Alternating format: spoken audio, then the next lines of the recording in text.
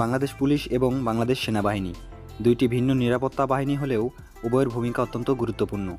তবে এই দুই বাহিনীর দায়িত্ব ও কাজের ক্ষেত্র সম্পূর্ণ আলাদা। আজকের ভিডিওতে সেনাবাহিনী এবং পুলিশ নিয়ে সংক্ষিপ্তভাবে পার্থক্য তুলে ধরা হয়েছে। এই ভিডিওটা দেখলে আপনাদের মনে আর কোনো প্রশ্ন থাকবে না, তাই ভিডিওটি প্রথম থেকে শেষ পর্যন্ত দেখার অনুরোধ রইল।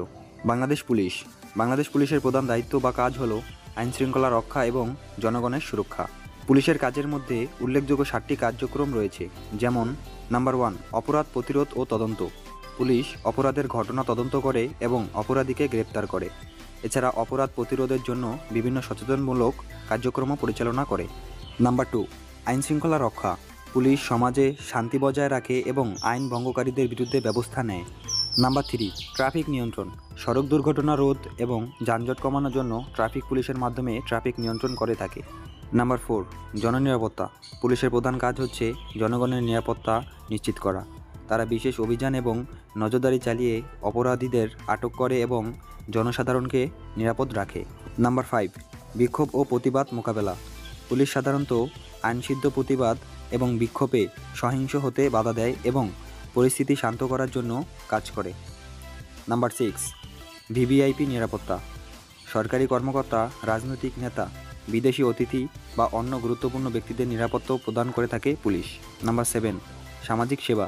পুলিশ জনগণের সাথে সম্পর্ক গড়ে তোলে এবং বিভিন্ন সামাজিক সেবা কার্যক্রমে অংশ নেয়, যেমন দারিদ্র্য, শিশু পাচার বা নারীদের সহায়তা প্রদান। এছাড়া পুলিশের আরও অনেক দায়িত্ব ও কার্যক্রম রয়েছে, যেগুলি তাদের নির্দিষ্ট পদমর্যাদা, প্রশিক্ষণ এবং স্থানীয় পরিস্থিতির উপর নির্ভর করে পরিবর্তিত হয়। বাংলাদেশ সেনাবাহিনী সশস্ত্র বাহিনীর সর্ববৃহৎ শাখা। বাংলাদেশ সেনাবাহিনীর প্রধান দায়িত্ব বা কাজ হল বাংলাদেশের ভূখণ্ডের অখণ্ডতা রক্ষা সহ বহির্বিশ্বের শত্রুর আক্রমণ থেকে দেশকে রক্ষা করা।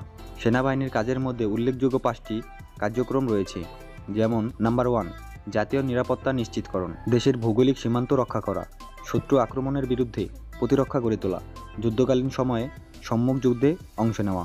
নাম্বার 2, প্রশিক্ষণ গ্রহণ ও প্রস্তুতি। নিয়মিত অস্ত্রচালনা, সামরিক কৌশল ও শারীরিক প্রশিক্ষণ গ্রহণ করা, দুর্যোগকালীন উদ্ধার কাজের প্রস্তুতি রাখা।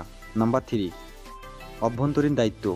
প্রাকৃতিক দুর্যোগে যেমন বন্যা, ভূমিকম্পের সময় জনগণকে সহায়তা করা, জরুরি অবস্থা বা দাঙ্গা দমনকালে আইনশৃঙ্খলা বাহিনীকে সহায়তা করা।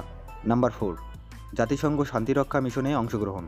আন্তর্জাতিক শান্তি প্রতিষ্ঠায় জাতিসংঘের অধীনে বিভিন্ন দেশে কাজ করা। নাম্বার 5, প্রযুক্তিগত ও বিশেষায়িত কাজ।